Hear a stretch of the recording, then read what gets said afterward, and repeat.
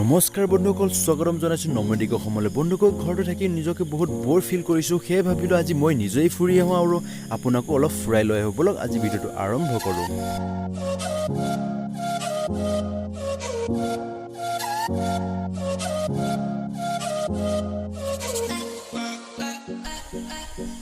এইখন হৈছে চোৱালা চাহ বাগিচা আৰু এই চাহ বাগিচাখন আছে ওদালগুৰি ডিষ্ট্ৰিক্টত। আৰু আজি মই বৰ্তমান গৈ আছোঁ ওদালগুৰি ডিষ্ট্ৰিক্টৰ পানেৰীত, আৰু সেই পানেৰীৰ নিচেই ওচৰতে আছে সেই মন্দিৰটো প্ৰায় 70 বছৰলৈ জানিব পৰা গৈছে।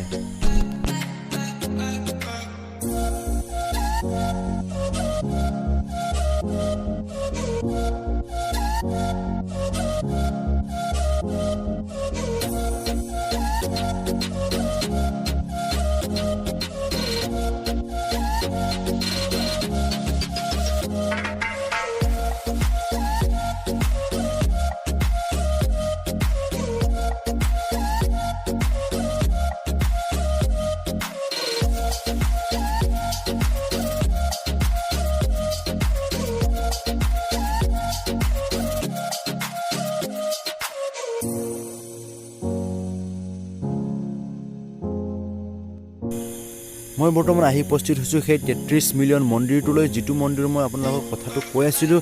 এই মন্দিৰটো প্ৰায় 70 বছৰীয়া হয়। এই মন্দিৰটো যিজনে নিৰ্মাণ কৰিছিল তেওঁ নিজৰ ব্যক্তিগত খৰচত এই মন্দিৰটো নিৰ্মাণ কৰিছিল।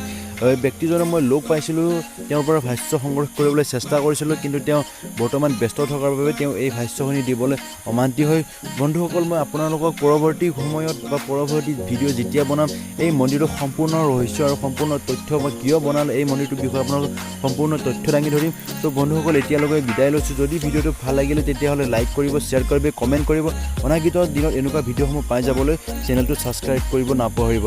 বন্ধুসকল, আপোনালোকক কওঁ যে অনাগত দিনত মই এনেকুৱা ভিডিঅ'সমূহ আপোনালোকৰ মাজলৈ লৈ আহিম। আৰু যদি এই ভিডিঅ'টোৰ সম্পূৰ্ণ বিষয়ে জানিব বিচাৰে তেতিয়াহ'লে চেনেলটো ছাবস্ক্ৰাইব কৰিবলৈ নাপাহৰিব। ধন্যবাদ।